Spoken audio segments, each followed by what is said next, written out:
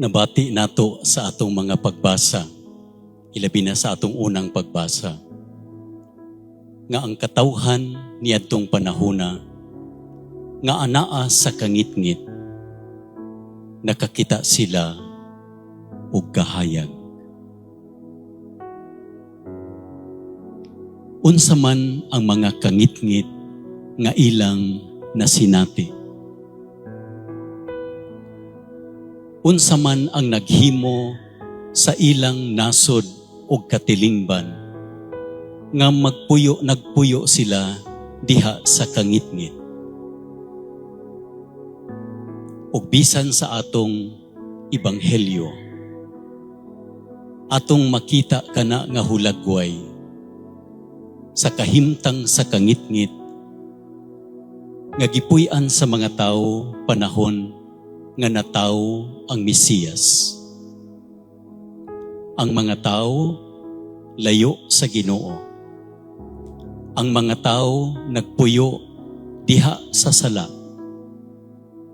Ang usa ka nasod nga gamhanan miulipon sa laing nasod. Ug iyang gipalista ang iyang mga sakop nga tanan. Dili aron paghatag kanila og kabulahanan, kundili aron pagpangulikta sa ilang mga buhis, aron magpatambok ni adtong nagulipon kanila. Kini ang ilang mga kalisod ni adtong mga panahona.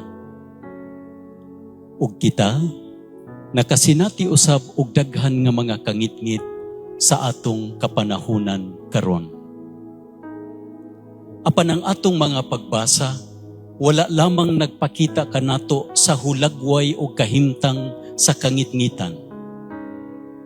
Adunay maayong balita nga gipakita kanato sa atong mga pagbasa.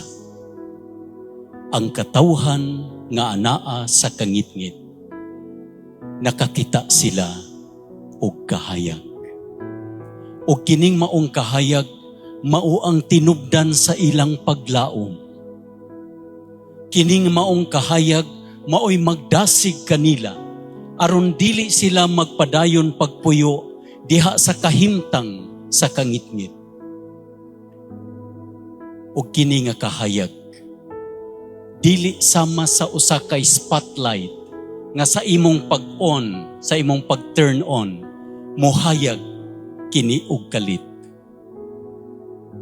Kini nga kahayag, sama sa pagsubang sa adlaw, nga hinay-hinay kini nga magpakita sa iyang kahayag. Mao nga ang atong mga pagbasa, ang solusyon ni ining kangitngit nga nasinati sa katawhan, dili usa ka lig-on nga pangulo, usa ka hamtong nga pangulo, not a strong man who will fight against other nations. Ang tubag ni ining maong kangitngit, usa ka gamay nga bata. Usa ka gamay nga bata nga agakon sa iyang mga ginikanan, gikan sa iyang pagkagamay, hangtod sa iyang paghingkod. Hinay-hinay ang proseso aron ang katawhan nga anaa sa kangitngit makabaton siya og kahayag. Kining kahayag, mga igsuon, dili usa ka butang, kundili usa ka tawo, si Jesus. O kaganina sa atong dramatization sa iyang pagkatao, nangita sila og dapit aron dito ikapakatao ang manunubos. Apan gibalibaran sila sa mga balay abutanan, kay puno na kaayo. Dili na kami makadawat kang Jesus, kay puno na kami kaayo. Mga igsuon, mauusap kini ang hulagway sa atong katilingban karon. Sige manuktok si Jesus sa atong mga pultahan. But we cannot welcome Him tungod kay puno na kita sa daghan nga mga concerns. Daghan ang atong gipanghuna-huna. Daghan ang atong gihatagan og pagtagad. Mao nga kaganina sa atong pag-awit sa himaya sa Dios dito sa langit. Walay lain nga nagkuha sa atong atensyon, kundili ang atong Ginoo, ang batang Jesus, nga atong giisa. Ug kana ang giigo sa spotlight. Kung asa gani ang spotlight, dito ang atong atensyon. And the spotlight, nakafocus siya kang Jesus.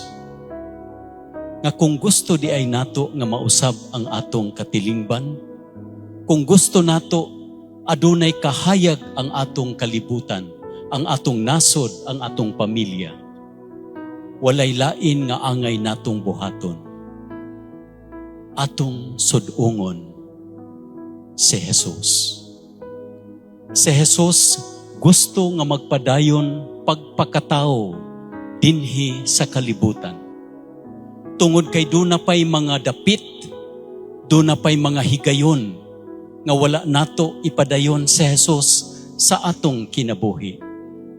Kanunay pa nagpadayon si Jesus pagtuktok sa atong mga pultahan, sa atong mga panimalay, aron siya mataw sa atong mga panimalay. Aron ang maghari sa atong mga panimalay, dili ang atong mga kaligotgot, dili ang atong mga pagmahay, dili ang atong mga kahiubos, kundili ang Ginoo lamang. Nalipay kaayo ako nga sa atong pag-andam sa santos nga misa, sa akong paglakaw gikan dinhi padulong didto ug padulong dinhi sa altar. Makita nako nga ang nanimba karon mga pamilya. Mga pamilya. Ug kamo naglingkod sa mga pamilya, mga miyembro sa inyong pamilya, kansang mga sakop, dili mga hingpit. Mga anak ang inyong mga ginikanan, dili sila hingpit. Mga ginikanan ang inyong mga anak, dili sila hingpit. Apa nagpadayon kita pagpuyo, isip usa ka pamilya. Ug ang nakapalig-on sa atong pamilya, dili ang mga butang nga atong nahuktan, kundili ang gugma nga naghiusa kanato, ang gugma nga gikan kang Jesus.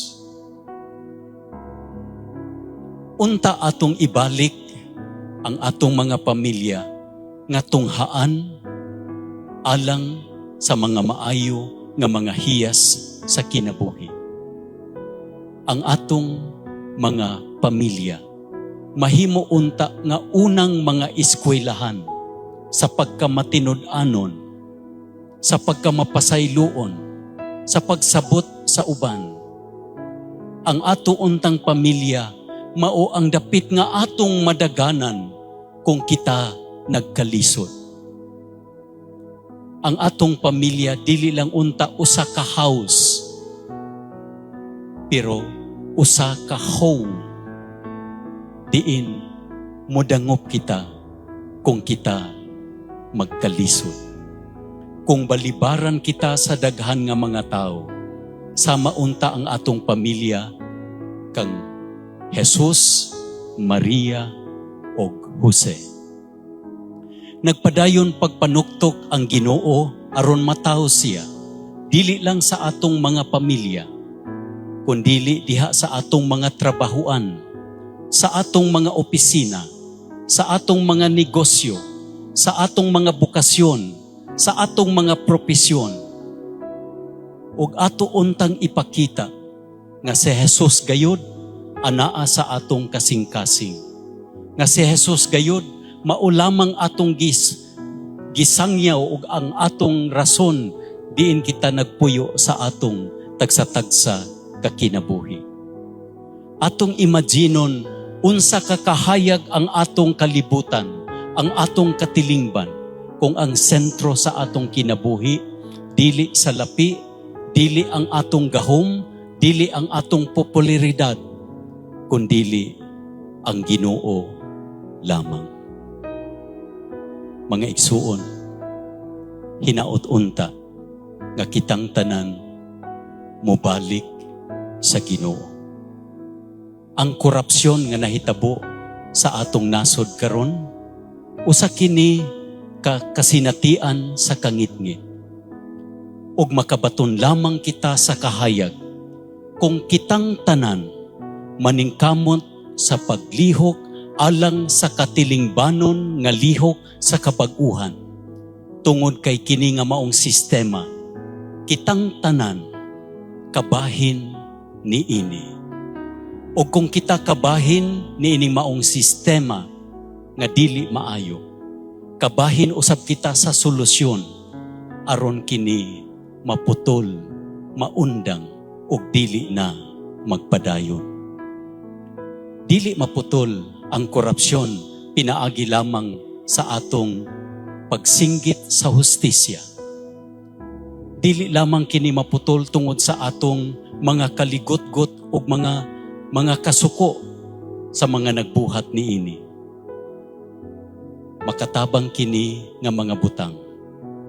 But the best solution to all the problems and darkness in the world is for us to go back to Jesus.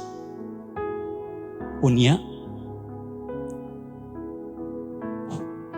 pagkatapos sa atong santos nga misa, tagaan kita og higayon nga mohalok sa ninyo sa batang Jesus. Sa atong paghalok sa batang Jesus unya, ato untang pangayoon ang grasya sa atong personal nga kabag-uhan.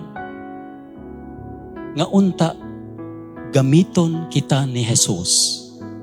Dili kita magpagamit sa uban. Gamiton kita ni Jesus aron kita mahimong instrumento sa iyang kahayag. Aron adunay kabag-uhan ang atong nasod, atong tagsa-tagsa kapamilya. Magpasalamat kita sa Ginoo nga ang kaluwasan miagi sa usa ka pamilya. Sa pamilya ni Jose, Maria ug ni Jesus. Ang ato usab nga malungtaron nga kaluwasan moagi usab diha sa atong mga tagsa-tagsa kapamilya. Taas kini nga proseso apan sama sa pagsubang sa adlaw maghinay-hinay kini pagpakita sa iyang kahayag. Ingon mausab kana ang mahitabo sa atong tagsa-tagsa kapamilya. Gikan sa atong mga kalisod. Tungod sa presensya sa Ginoo diha sa pamilya.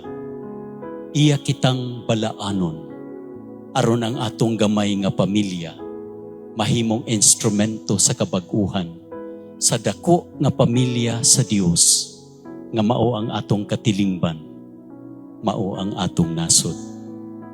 Magampo kita ngadto sa Ginoo nga unta iyang ipadanag ang iyang kahayag sama sa iyang gibuhat sa katawhan sa Israel diin na sinati nila ang kaayo o kaluoy sa Dios. Amen.